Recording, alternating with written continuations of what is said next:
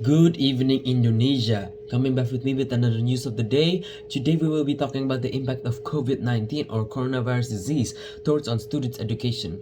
One of them is in the world of education in Indonesia, where previously learning was done face-to-face or offline, but during this pandemic, the learning system is no longer valid. In order to reduce the spread of the COVID-19 virus in Indonesia, initially, the government implemented a policy in the form of social distancing or social restriction carried out in Indonesia for 2 weeks. The government hopes that the implementation of the social distancing policy can reduce the spread of the COVID-19 virus. However, it turns out that this policy cannot reduce the spread of COVID-19. Until in the end, the government closed various levels of education ranging from kindergarten, elementary, junior high, high school to university for an undetermined time limit. The government takes various ways so that the education can continue to run in this pandemic era, because education is a very important asset for a nation for the progress of the country.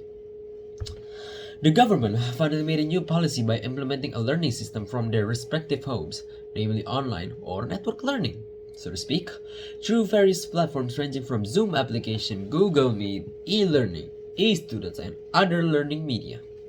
This method utilizes an online network that is definitely connected to the internet by staying at home and doing all learning activity online.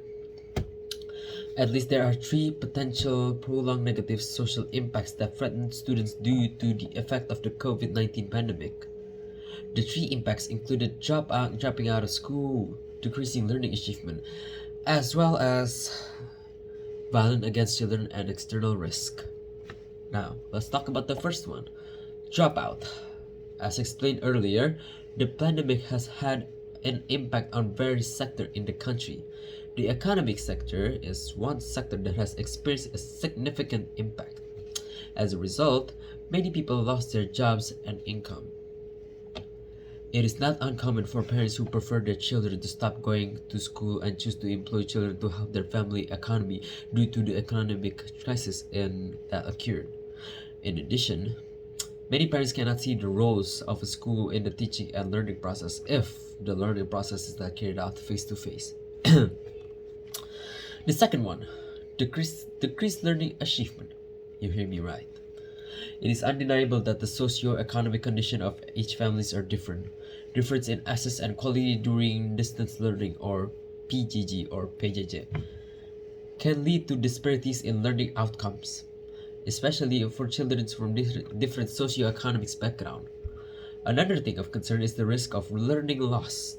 The students found that face-to-face learning resulted in better academic achievement when compared to PJJ or distance learning.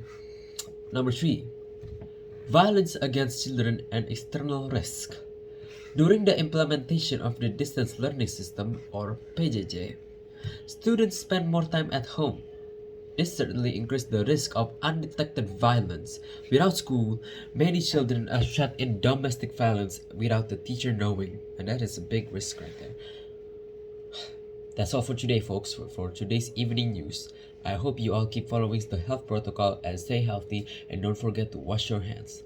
That's it for me, and goodbye.